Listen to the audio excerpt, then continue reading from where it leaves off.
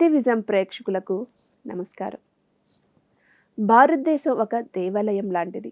ఈ పవిత్ర పొడమిలో పుట్టడం అంటే ఒక అదృష్టమని పెద్దలు చెప్తారు.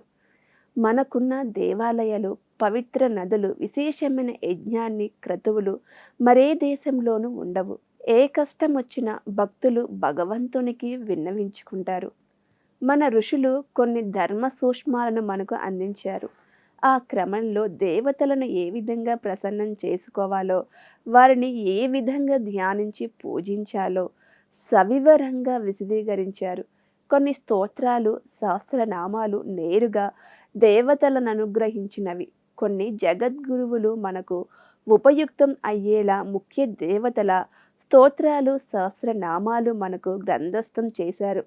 అవన్నీ వారి తపోబలంతో, యోగాశక్తితో భగవద్దత్తంగా ఆర్జించిన భక్తి సంపద. ఎలాంటి సమస్యలున్నా లేకపోయినా తరతరాలుగా ప్రతి భారతీయుడు నిత్య జీవితంలో రోజువారీ ఇష్టాదైవాన్ని పూజించటం, స్తోత్ర సహస్రనామాలను చదువుకోవటం చేస్తుంటారు. అయితే ఏ సహస్రనామాల పుస్తకం చూసినా ముందు పూర్వ పీఠికగా అంగన్యాసమని, కరన్యాసమని ఉంటాయి. చాలామంది సహస్రనామాలు చదివేవారు అవి తప్పనిసరిగా చదవవలసినవా, లేదా కేవలం ఒక్క సహస్రనామాలు చదువుకుంటే సరిపోతుందా అనే సందేహం చాలామందికి ఉంటుంది. అసలు ఎలా చదివితే సరిపోతుందో ఆ వివరాలన్నీ తెలుసుకుందాం. అంగన్యాస, కరన్యాసాలతోనే సహస్రనామ స్తోత్రాలు చదవాలా అన్న ప్రశ్నకి సమాధానంగా లలితా సహస్రనామ స్తోత్రము, విష్ణు సహస్రనామము స్తోత్రము వంటివి రెండు విధాలుగా చూస్తుంటాం. మొదటిది అవి స్తోత్రాలు కాబట్టి సర్వజన పఠనీయాలు, పారాయణీయాలు. స్తోత్ర పారాయణంలో అంగన్యాస, కరన్యాసాలు అవసరం లేదు. రెండవది అవి మాలా మంత్రాలు. కొంత అక్షర పరిమితిని మించి ఉండే మంత్రాలకు మాల అని సంజ్ఞ అంటారు.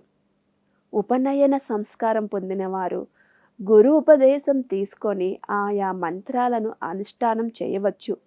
అలా అనుష్ఠానం చేసేవారు మాత్రమే అంగన్యాస, కరన్యాసాలతో సహా చేయాలి. ఉపనయన సంస్కారం బ్రహ్మ, క్షత్రియ, వైశ్య వర్ణాలకు విధించబడింది సంప్రదాయంలో. అందుచేత ఆయా వర్ణాల వారు మాత్రం మంత్రోపదేశంగా మాలా మంత్రాలను కానీ, ఇతర మంత్రాలను కానీ, ఏ మంత్రమైనా సరే గురు ఉపదేశం పొందినప్పుడు దానికి ఉద్దిష్టమైన అంగన్యాస, కరన్యాసాలతో సహా చేయవలసి ఉంటుంది. గురుపదేశం లేని మంత్రాలను వారు కూడా కేవలం స్తోత్రాల వలనే, అంటే అంగన్యాస, కరన్యాసాలు విడచి పారాయణం చేయవలసి ఉంటుంది. గురుపదేశంతో మంత్ర దీక్షా స్వీకారం చేశాక మంత్రానుష్ఠానాన్ని మహాశ్రద్ధతో నిత్యము నియమాలు పాటిస్తూ మంత్రాధిష్టాన దేవతకు సంగోపాంగ పూజాధికాలు, నైవేద్య సమర్పణము అత్యంత భక్తిపూర్వకంగా సమర్పిస్తూ చేయవలసి ఉంటుంది. మంత్రం నోటిలో ఉన్నట్లే మంత్రాధిష్టాన దైవతం ప్రత్యక్షంగా ఎదుటనే ఉన్నట్లు భావించాలి, కానీ తదన్యంగా వ్యవహరించరాదు. మంత్రలోపం, శ్రద్ధలోపం, భక్తిలోపం వంటివి అనుష్ఠానాన్ని నిష్ఫలం చేయటమే కాదు, లోప తీవ్రతను బట్టి ప్రమాదకరమైన పరిణామాలకు కూడా దారితీస్తాయి. కాబట్టి మిక్కిలి అప్రమత్తులై సేవించాలి. ఇక్కడ మంత్రలోపం అంటే ఒక సంగతి తప్పకుండా చెప్పుకోవాలి. సహస్రనామ స్తోత్రాలు చదివేవారు కేవలం అనుష్టుప్పుల నడకను అనుసరించి చదవటమో, లేదా రాగతాళాలను పెట్టి పాదాలను చూడటమో చేస్తూ ఆ స్తోత్రాల్లో ఉండే నామాలను సరిగా పోల్చుకొని మనసారా చెప్పటం లేదు. ఇది చాలా తప్పు. కొన్నిసార్లు ఇటువంటి మంత్రలోపం కారణంగా తప్పుడు నామాలను చదువుతూ ఉంటారు. నామ విభజన సరిగా తెలుసుకోవడం మొట్టమొదటి కర్తవ్యం. పదాలను ఎక్కడ విడగొట్టాలి అన్నది గురువుల ద్వారా కానీ, తెలుసుకున్న వారి ద్వారా కానీ తెలుసుకోవాలి. లేకుంటే తప్పులు చదివే అవకాశం ఉంటుంది. ఎవరు యూట్యూబ్లో ఉన్న స్తోత్రాలను విని అవి సరిగ్గా ఉన్నాయని భ్రమపడనవసరం లేదు. సాధారణంగా అవి తప్పులతోనే ఉంటున్నాయి.